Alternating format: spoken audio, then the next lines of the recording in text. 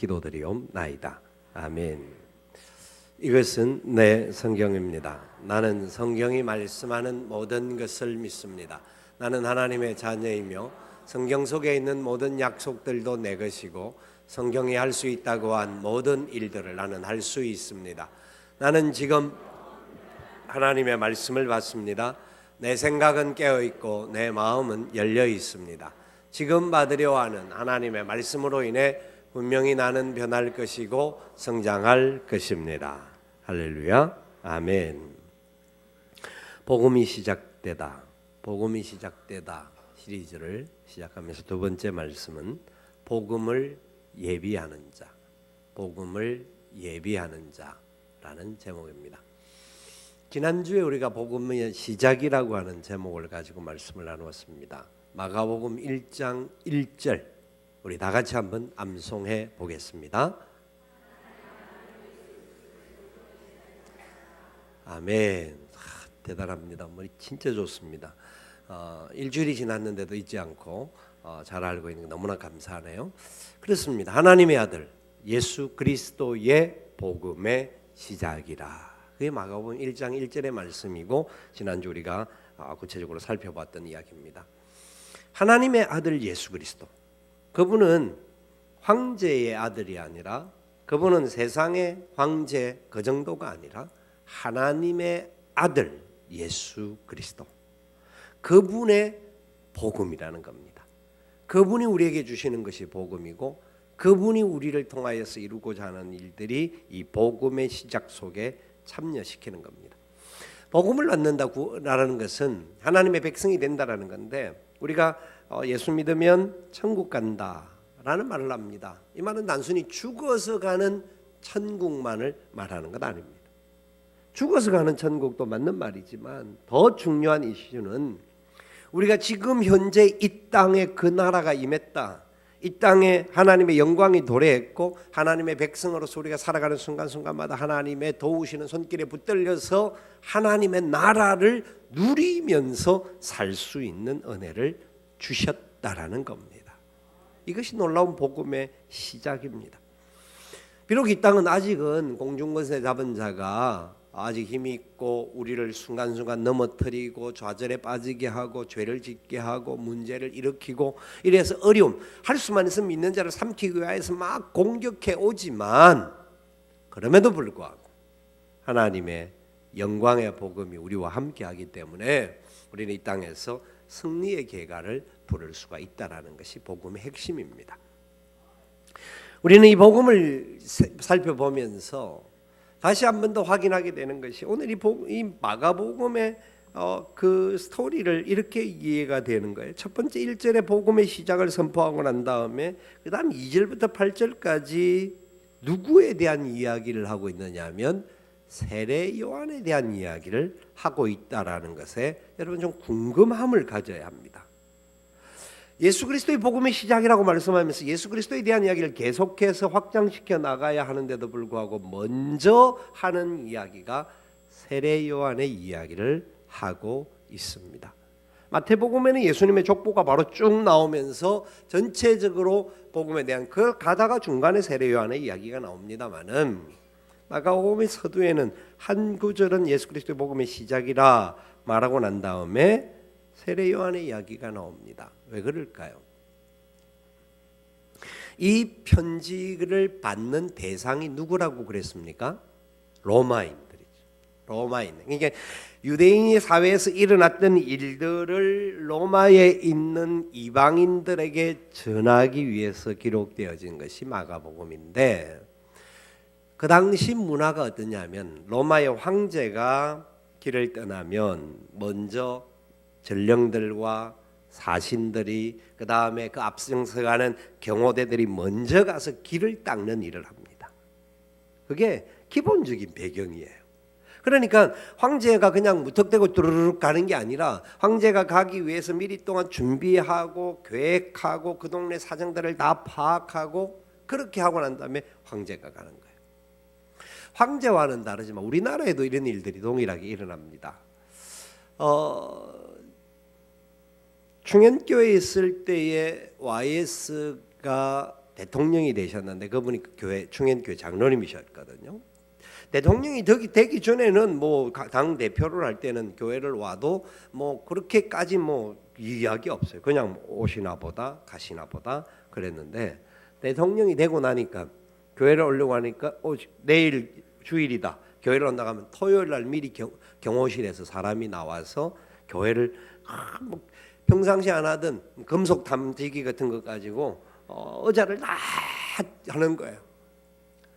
그리고 나서 그 교회 뒤에 약간 블록이 약간 안쪽으로 들어가 있는 공간이 있는데 그 공간을 딱 클로즈를 시키고 누구도 앉지 못하게 하고 그리고 나서 대통령이 오면 그 자리에 몇 시간 전부터 계속 사람들 검사하고 예배를 드리러 나오는데 대통령 한 사람 때문에 예배 드리는데도 굉장히 피해가 있을 정도로 그렇게 하더라고요. 그 이유가 간단한 거죠.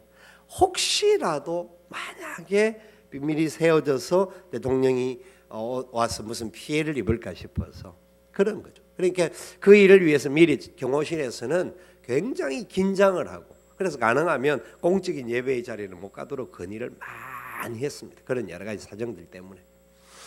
그런 것을 보면서 세례 요한의 이야기가 먼저 나오는 이유가 이것이다 하는 게 여러분 쉽게 이해가 될 줄 압니다. 왜요? 왕이신 그분이 오셔서 그분의 사역을 선포해야 하는 이야기인데 그래서 그 선포된 그분의 이야기에 앞서서 길을 닦는 자가 있다. 먼저 주의 길을 예비하는 자가 나온다. 그분이 누구냐? 세례 요한이라는 겁니다. 이 세례 요한의 이야기는 우리에게 첫 번째 성경에서 이야기하고 있는 예언의 성취입니다.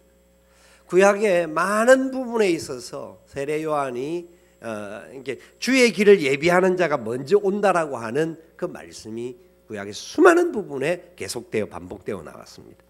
오늘 우리가 읽었던 마가복음 1장 2절 말씀은 말라기 3장 1절 말씀에 연결되어지는 부분이에요. 말라기 3장 1절에 이렇게 이야기해요. 만군의 여호와가 이르노라 보라 내가 내 사자를 보내리니 그가 내 앞에서 길을 준비할 것이요. 오늘 3절 말씀은 이사야 40장 3절에 나오는 이야기를 인용합니다. 외치는 자의 소리여 너희는 광야에서 여호와의 길을 예비하라. 사막에서 우리 하나님의 대로를 평탄하게 하라. 뿐만 아니라 출애굽기 23장 20절 말씀에도 이와 같은 말씀이 나와요. 내가 사자를 내 앞서 보내어 길에서 너를 보아하여 너를 내가 예비한 곳에 이르게 하리니. 하여튼 구약의 여러 가지 다른 사람들에게 했던 이야기들이지만 이것이 오실 메시아에 대한 사전의 예언과 그 메시아의 길을 예비할 세례 요한. 그래서 구약의 다른 성경에는 그 사람을 엘리야라고까지도 지칭하면서 엘리야가 와서 이 일을 준비할 것이다 하는 이야기를 미리 예언을 다 해놨던 겁니다. 그러니까 왕이 오기 전에 참 왕이신 메시아가 오시기 전에 메시아 길을 예비할 엘리야와 같은 사람인 하나님이 미리 보내시는 예비된 자가 있다. 그 자가 바로 세례 요한이다 하는 것을 오늘 마가복음은 시작하면서 먼저 이야기합니다. 이 말을 딱 서두를 하면 이 로마에 있는 사람들이 받을 때에 그래 이 세례 요한이 누군가 세례 요한을 알고 세례 요한의 행적을 보니까 와 싶은데 그가 자기가 왕이 아니라 예비하는 사람이다. 그러면 세례 요한의 뒤를 따라오는 분은 도대체 어떤 분이냐 하는 분들이 확장시켜 나가면서 이해되어질 수 있는 말씀이라는 거예요. 단순히 우연하게 이루어진 일이 아니라 이미 계획되어졌고 하나님이 미리 설계되어져서 이 말씀이 성취되어진 말씀이라는 겁니다. 자, 그렇다면 두 번째 생각할 게 세례 요한이가 무슨 사역을 했던가? 세례 요한은 어떤 것을 행함으로 인하여서 주의 길을 예비하는 사역을 할 수 있었던가 하는 것을 우리가 살펴볼 수 있는데 4절 말씀 우리 같이 한번 읽어보겠습니다. 세례 요한이 광야에 이르러 죄 사함을 받게 하는 회개 세례를 전파하니. 자, 세례 요한이 어디에 이르렀다고요? 광야에 이르렀습니다. 광야에 이르렀습니다. 광야는 어떤 곳인가요? 광야는 사람이 사는 곳인가요? 짐승들이 사는 곳일까요? 그 당시 사회에서는 훨씬 짐승이 많이 살았던 곳이 광야입니다.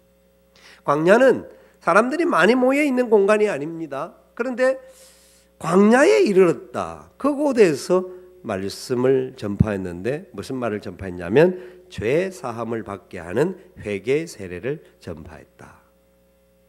여러분, 왜 광야라고 말을 그대로 이야기를 하고 있을까요? 첫 번째는 구약에서 이미 예언해 놓았기 때문에 그렇습니다. 광야에서 주의 길을 예비하고 주의 말씀이 선포되어질 것을 이야기를 하고 있기 때문입니다. 그런데 한 가지 더 살펴볼 수 있는 것은 광야에서 죄 사함을 받게 하는 회개의 세례를 전파했는데 5절에 보니까 온 유대 지방과 예루살렘 사람이 다 나아가 온 유대의 사람들과 예루살렘 사람들이 다 나아가 어디로? 세례 요한에게로. 어디로? 광야로. 광야에서 만나는 은혜의 역사가 일어나게 한다라는 것을 보여줍니다.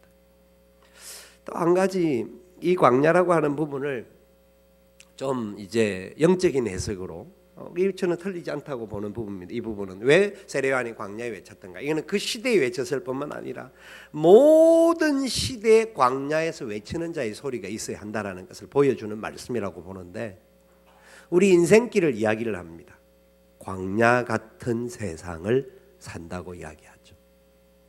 우리 인생길이 우리가 예수를 믿고 구원받은 백성들 중에서도 살펴보면 항상 기쁘고 즐겁고 항상 좋은 곳에서 항상 감사하면서 항상 행복하고 즐겁게 사는 것이 아니라 믿는 사람들조차도 어떤 때는 내 삶이 광야 같다라고 하는 생각을 할 때가 많습니다.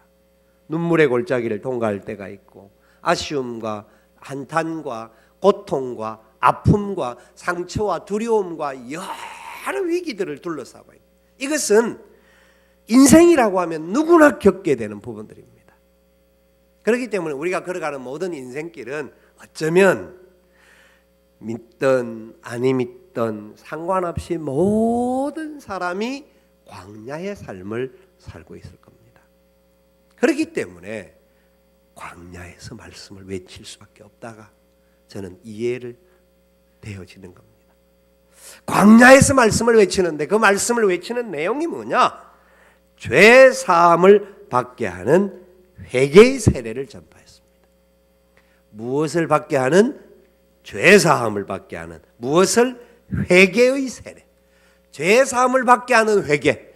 죄 사함을 받게 하는 회개가 있을 때에 그 속에 물 세례를 받게 하는 그런 일을 세례 요한이 했던 겁니다. 여러분, 누가 오신다고 세례 요한이 먼저 오셨다고요? 메시아, 하나님의 아들 예수 그리스도, 그 복음이 시작되기 전에 먼저 그 길을 닦는 자가 세례 요한입니다.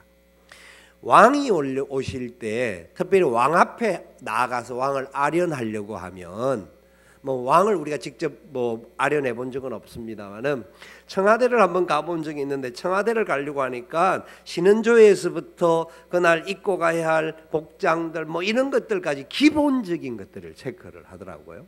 그래서 아무거나 내 편한 대로 집에서 입은 대로 그냥 추리닝 바람으로 갈 수가 없는 거예요. 마찬가지입니다.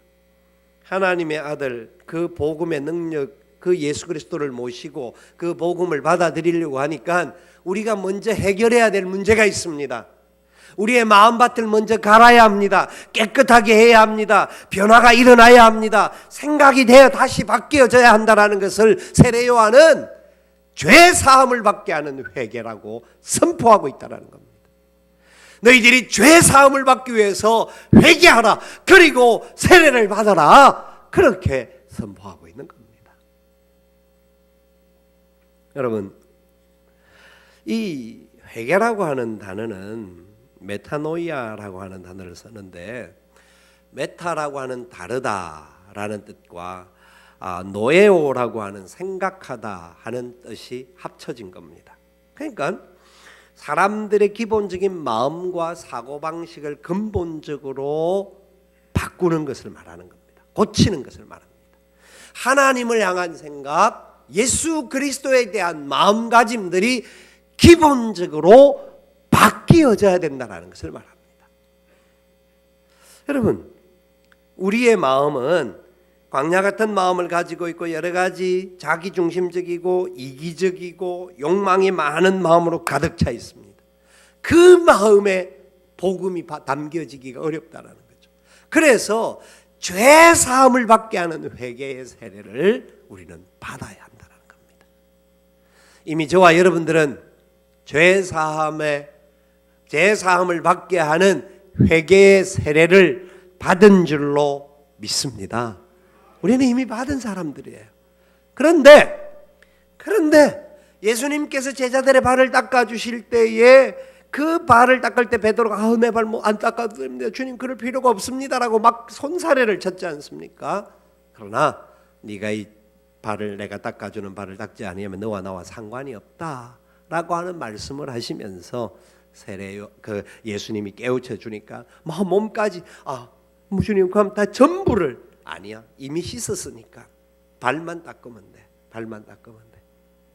저와 여러분들이 삶을 보십시오. 우리가 예수를 이미 믿고 구원받았던 사람뿐만 아니라 예수를 믿지 않고도 또 혹시 또 교회를 나오기는 하지만 아직 복음의 능력을 제대로 알지 못하는 사람들조차도 보세요.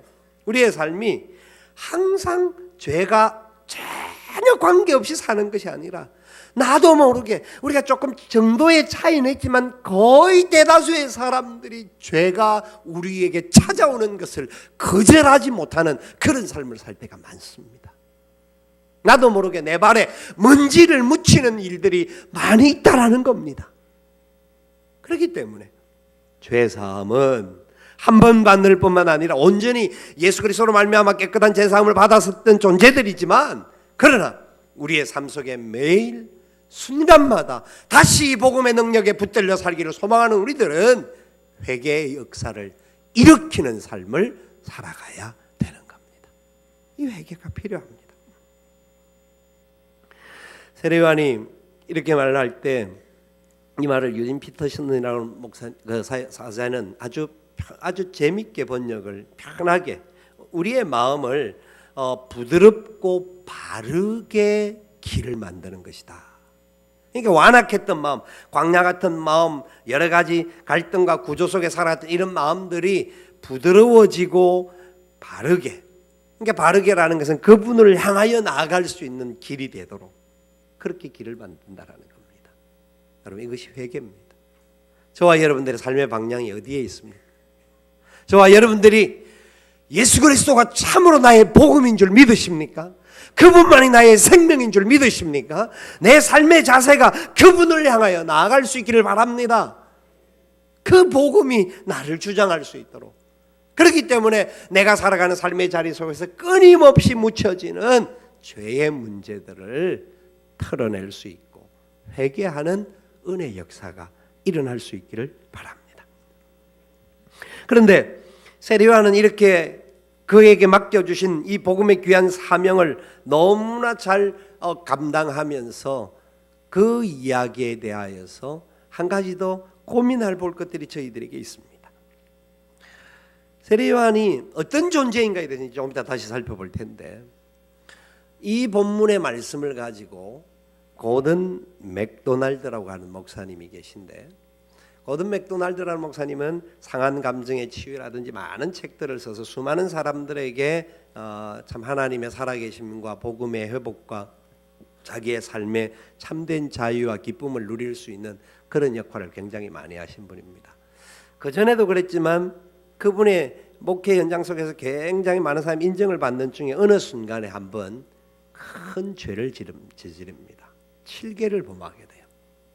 이분이 7계를 범하게 됨으로 말미암아 교회 앞에 사표를 쓰게 돼요. 이 많은 사람들이 손가락질하고 비방할 수 있는 상황이지만 자기가 솔직하게 인정하고 죄를 고백하고 이제 내려놓습니다. 너무나 그분을 귀하게 여기고 아까워 생각했던 이제 장로님들이 3년이라고 하는 일단 정직에 대한 결의를 해놓고 그분을 지켜보면서 계속 같이 기도했던 겁니다. 이분도 철저하게 회개하면서 하나님 앞에 자기가 저질렀던 죄에 대해서 회개하고 뉘우치면서 바르게 다시 한번 일어나려고 발버둥 치니까 제일 가까이 있던 사모님이 제일 먼저 용서를 선언합니다. 그리고 3년이 지나면서 장로님들도 그렇고 교회 모든 성도들도 저렇게 철저하게 겸손하게 평신도와 같이 예배의 자리에 앉아서 끊임없이 회개하면서 하나님 앞에 자기의 낮추는 모습을 보니까 우리 하나님께서 우리에게 다시 기회를 주라고 하는가 보다 해서 다시 그 교회의 담임 목사님으로 모십니다. 놀라운 일이죠. 그 과정에서 이분이 처음 다시 이제 부름을 받아서 목회 첫 메시지가 오늘 이 마가복음 1장의 메시지였습니다. 그가 이 회개의 세례를 전가하면서 이렇게 이야기를 하고 있습니다. 세례 요한이 사람들 앞 불러 모았던 사람들에게 쭉 앉아 오면서 그 사람들에게 명패를 이름을 써주는데 먼저 이름을 물어보고 명패를 써줬는데 첫 번째 온 사람이 제임스라는 사람이 오니까 당신이 가장 큰 죄가 뭡니까? 물어보니까 나는 주인의 돈을 훔쳤습니다. 하니까 횡령죄하고 명패를 써서 주고 그 다음에 마리아라고 하는 여인이 왔는데 도대체 당신은 무슨 죄를 지었습니까? 나는 사람들을 흉보고요 무시하고요 막 이래저래 했습니다 하니까 당신은 중상모략죄 해가지고 명패를 붙여주고 그 다음에 어떤 사람은 도대체 당신은 무슨 죄를 지었습니까? 하니까 자기는 이웃집에 보물을 탐냈던 그런 죄가 있습니다 라고 말하니까 당신은 탐욕죄. 그 다음에 등장했던 사람이 고든 맥도날드, 자기 이름을 그거에 그대로 넣고 이야기를 합니다. 고든 맥도날드, 당신은 무슨 죄를 지었나요? 저는 스캔들이 일어났고 7개를 범하였습니다 하니까 세례 요한이 간음죄 하고 이름을 붙였답니다. 그래서 그 죄 사함을 받게 하는 그 회개하면서 세례를 받으려고 하는데 그 순간에 예수님이 자기에게 딱 다가오시더만 그 명패를 떼어서 예수님 가슴에 다시고 자기가 받으러 가야 할 그 길에 예수님이 먼저 가셔서 세례를 받으시면서 그 낮아지는 모습을 보여주시더랍니다. 그러면서 주님 이건 제가 해야 될 일이고 제가 감당해야 되고 제가 다 저질렀던 잘못이기 때문에 내가 받아야 할 문제인데 주님은 그 모습을 빙그레 웃으시면서 바라보시면서 내가 너를 이미 다 용서하였고 내가 너를 대신하여서 이미 다 십자가에서 감당하였다. 그 은혜를 다시 확인했다라고 합니다. 여러분 회개는 고통 같지만 회개는 새로운 은혜가 출발되어지는 시간임을 믿으시기를 바랍니다. 회개가 없이는 우리는 새로운 역사에 동참할 수가 없습니다. 고든 맥도날드뿐만 아니라 이 땅에 살고 있는 수많은 사람들이 음으로 양으로 짓는 죄들이 많습니다. 저를 위하여서 우리 모든 사람들이 마음으로 생각으로 행동으로 얼마나 어리석고 잘못된 죄를 짓는지 모릅니다.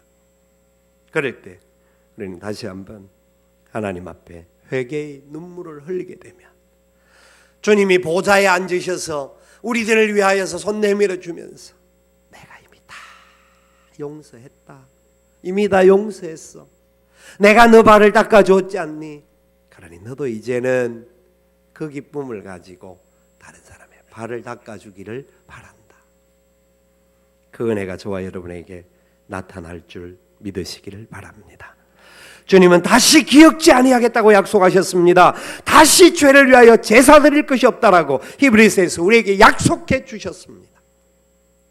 세례 요한은 그럼에도 불구하고 이 말씀을 전파하지 않을 수가 없었고 또 우리 모두가 이 말씀을 받아야 할 사람들이었습니다. 그런데 마지막으로 살펴볼 것이 세례 요한의 마지막 자세입니다. 주의 길을 예비하는 자로서 이미 예언되어졌고 그가 사명 따라서 자기가 선포해야 될 바른 죄 사함을 받게 하는 회개의 세례와 충성된 모습을 그대로 실천했을 뿐만 아니라 그의 마지막 자세를 살펴볼 수가 있는데 7절 말씀을 우리 같이 한번 읽어봅시다. 7절 말씀, 그가 전파하여 이르되 나보다 능력 많으시니가 내 뒤에 오시나니 나는 굽혀 그의 신발끈을 풀기도 감당하지 못하겠노라. 지금 세례 요한의 이야기가 뭐냐면 나는 종보다 못한 사람입니다. 원래 노예는요, 종은 주인이 들어오면 신발끈을 풀어주고 발을 닦아드린 일을 하는 겁니다. 그런데 자기는 그 신발끈조차도 풀어주지 못할 자와 같은 사람입니다. 이렇게 이야기를 하고 있어요. 여러분, 세례 요한이 예수님이니까 뭐 이렇게 말할 수밖에 없지라고 우리가 생각하기 쉬운데, 세례 요한도 사람입니다. 세례 요한도요, 똑같은 우리와 성경을 같은 몸을 입은 사람입니다. 세례 요한이 어떻게 인정을 받은 줄 아십니까? 많은 사람들이 세례 요한을 선지자로 생각했습니다. 그 당시 선지자는 굉장한 파워와 사람들 앞에 리더십을 발휘할 수 있었습니다. 혹자들은 세례 요한에 대해서 뭐라고 생각한 줄 아십니까? 혹시 저 사람이 메시아가 아닐까? 그리스도가 아닐까? 할 정도로 세례 요한을 추종한 사람들이 많았습니다. 세례 요한을 따라 얼마나 많은 사람이 나왔습니까? 온 유대와 예루살렘에 있는 사람들이 다 나와서 세례를 받았다라고 앞에 구절에도 말할 정도로 세례 요한은 사람들 앞에 나름대로 의시될 수 있는 큰 권세를 나타냈던 사람입니다. 예수님께서 세례 요한에 대한 하신 이야기가 있잖아요. 이 땅에 여자가 낳은 자 중에 세례 요한만큼 큰 사람이 없다. 예수님조차도 세례 요한을 인정해 주었습니다. 세례 요한은 권세와 능력과 이런 것들이 약하기 때문에 신발끈을 내가 풀지도 못하겠노라고 말한 게 아니라는 겁니다. 그는 권능이 있었습니다. 리더십도 있었고 수많은 사람들이 세례 요한을 스승으로 모시고 따라왔습니다. 수많은 사람의 추종자가 있었음에도 불구하고 그는 메시아가 누군지를 정확하게 알았던 사람입니다. 하나님의 아들 예수 그리스도, 그분만이 복음임을, 그분만이 참 하나님이요 참 왕임을 믿었기 때문입니다. 그러기에 자기가 가진 모든 것은 그 은혜로 인하여서 자기에게 주어진 것임을 그는 알았던 사람입니다. 내가 가진 것, 아무리 좋은 것, 내가 다른 사람에게 베푸는 물세례, 내가 이게 많은 사람에게 세례를 베풀어서 그렇게 자랑하지 않고 내 뒤에 오시는 분은 나는 비록 물로 세례를 주지만 그분은 성령으로 세례를 주시는 분이시다. 그분이 주는 세례를 받지 않고는 우리의 삶의 참된 변화와 은혜와 복음의 역사를 누릴 수가 없다. 이 고백을 세례 요한은 외치고 있는 겁니다. 여러분, 저는 이 세례 요한의 그리고 그 삶의 자세, 이 모든 것들을 보면서 철저하게 한 가지 깨닫는 것이 있습니다. 우리 모든 성도들의 삶의 자리에서 이래야 한다는 겁니다. 세례 요한은 큰 권세를 가진 사람이었습니다. 우리가 세상에 살아가면서 두 가지 현상이 일어날 수 있습니다. 어떤 사람은 세상적으로 성공하고 세상적으로 능력도 가지고 세상적으로 많은 것들을 소유할 수도 있습니다. 이 땅을 살아가면서 하나님의 사람들, 이런 사람들이 일어나야 합니다. 세례 요한의 한쪽 부분의 능력 부분으로 생각할 때 이런 능력이 세상 속에서 그리스도인들 속에도 일어나야 합니다. 근데 문제는 그 좋은 것들, 세상에서 누리는 것들, 세상에 가진 많은 것들 가지고 내 편하고 내 자식들 잘 먹이 살리고 내 삶에 좀 더 기름지게 윤택된 삶을 살기 위해서 사는 존재가 아니라 그 모든 것 가지고 복음을 예비하는 자들이 되어야 합니다. 복음을. 여러분 생각해 보십시오. 이 세례 요한은 오신 예수님, 첫 번째 오신 예수님, 그 메시아를 기대하고 그 메시아의 길을 닦았던 사람이라고 하면 우리는 세례 요한과 다르다라고 생각할지 모르지만 저와 여러분 모두가 이 시대에 세례 요한이 되어져야 한다라는 겁니다. 왜요? 우리 주님이 다시 오신다고 약속하셨습니다. 우리 주님이 다시 오셔서 그 영광의 나라에 우리를 인도해 주시고 이 땅에 있는 모든 영혼들에게 새로운 길을 하나님이 마지막으로 끊겠다라고 약속하셨습니다.